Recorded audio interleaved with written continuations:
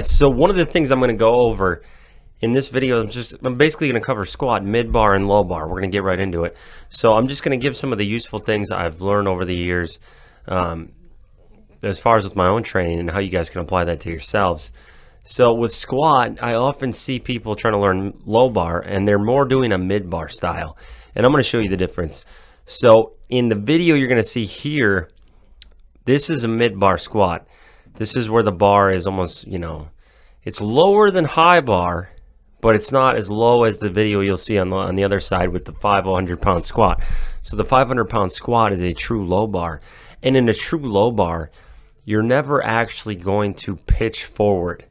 You're going to start in a leaning forward position, but you're not going to pitch forward or get tipped over. The bar's not going to roll up your back. So that's one way in which you can differentiate if you're actually in a low bar position. If you're still getting the bar rolling up your back or you're getting tipped over, you're most likely in a mid-bar position. That's one thing I would say. And there's nothing wrong with mid-bar per se. It's not as hard on the shoulders and arms. There's less mobility restrictions in the shoulders. But if you want to squat the most way possible, you got to figure out that low bar position. And the first rule of thumb, set the J hooks, set the rack where you have the bar lower than you would normally, because you're going to need that lower bar position to clear the rack, given that the bar is going to be a few inches down your back compared to normal. That's the main thing to remember. You're also going to have a little bit of forward torso lean on these. So you're going to be leaning forward to some degree on squats. But again, this is going to allow you to position the bar further down your back without it sliding down your back, and without your arms taking all the pressure. You're going to squat the most weights. So this is how you can leverage your low back to the greatest extent to lift the most. Those of you guys with big deadlifts, low bar is going to be the way to go, because you're going to be able to leverage more weight up than a mid or high bar position. So yes, it can be hard on people's arms, forearms, brachialis, like all that kind of stuff. You can get tendonitis from it, but if you want to squat the biggest weights, this is what you have to do. And don't use wrist wraps. Wrist wraps put your wrist to where it's in a neutral position, which places way more stress on the forearms. When you don't have wrist wraps, you can bend the wrist back to an extent, and you can have a lot better mobility, basically. So I would recommend not using wrist wraps on low bar, and I would also recommend bringing in a closer grip, because out here there's way more stress on the shoulder.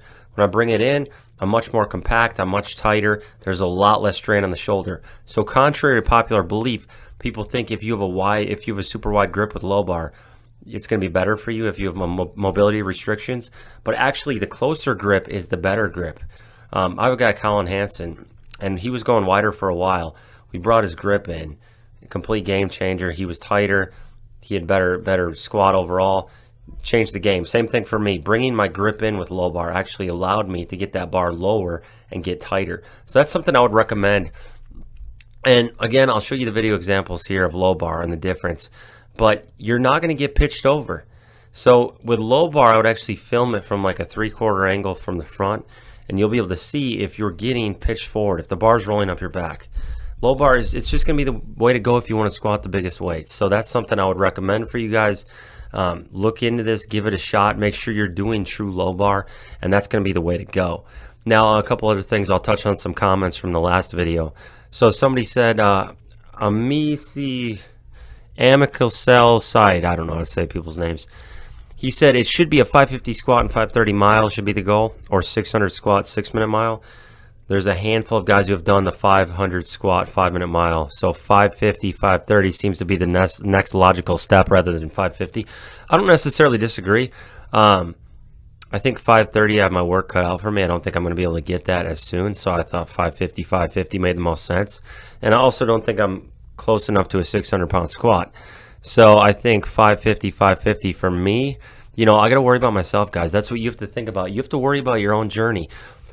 One of the things that's helped me more than anything is my feed isn't constantly blown up with what people are hitting. I'm not constantly looking at lifting vault videos. I'm focused on myself. Okay, I'm not focused on what everyone else is hitting, what they're doing, what they're lifting, how fast they're running. I'm focused on getting better every day on my own personal journey. And I've never compartmentalized this and internalized it better than I am now. So me worrying about, okay, just because 3 or 4 guys have done the 5-minute mile, 500 squat, and that's like more of an elite achievement, I'm not there yet. I'm not that fast yet. 6-minute mile is probably close, but I'm not at the level of a 5-minute mile. So for me, a 550 goal, that makes the most sense, and I'm worried about getting better myself. And I've never seen anyone do them at the same time as far as those numbers. So I consider it an elite achievement, and that's what I'm after, and I'm focused on myself, and I think that's why I'm in a good mindset now, and I'm progressing again on my journey. Things have changed. A lot of positive comments, a lot of you guys, tons of positive comments. I really appreciate that. Killmat C says, you're going to have the first ever before and after aesthetic transformation that gets kids to go off gear.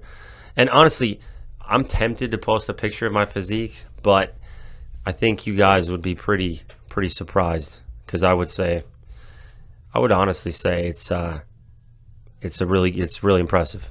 I'll put it that way. I'm very lean right now. I think you guys would be really impressed with how different I look. I definitely do not look like I did when I had the roided physique and I was huge and everything.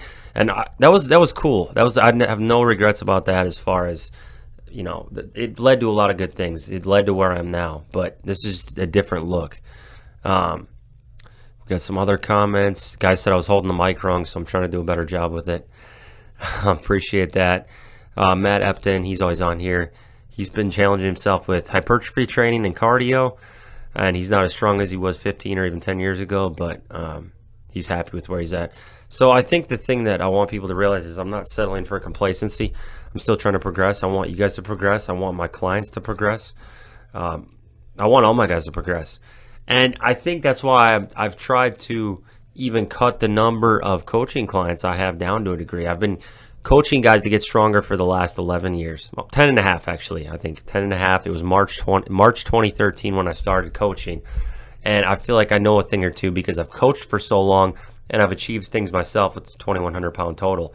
I've been in the game for 17 years training, 18 years now.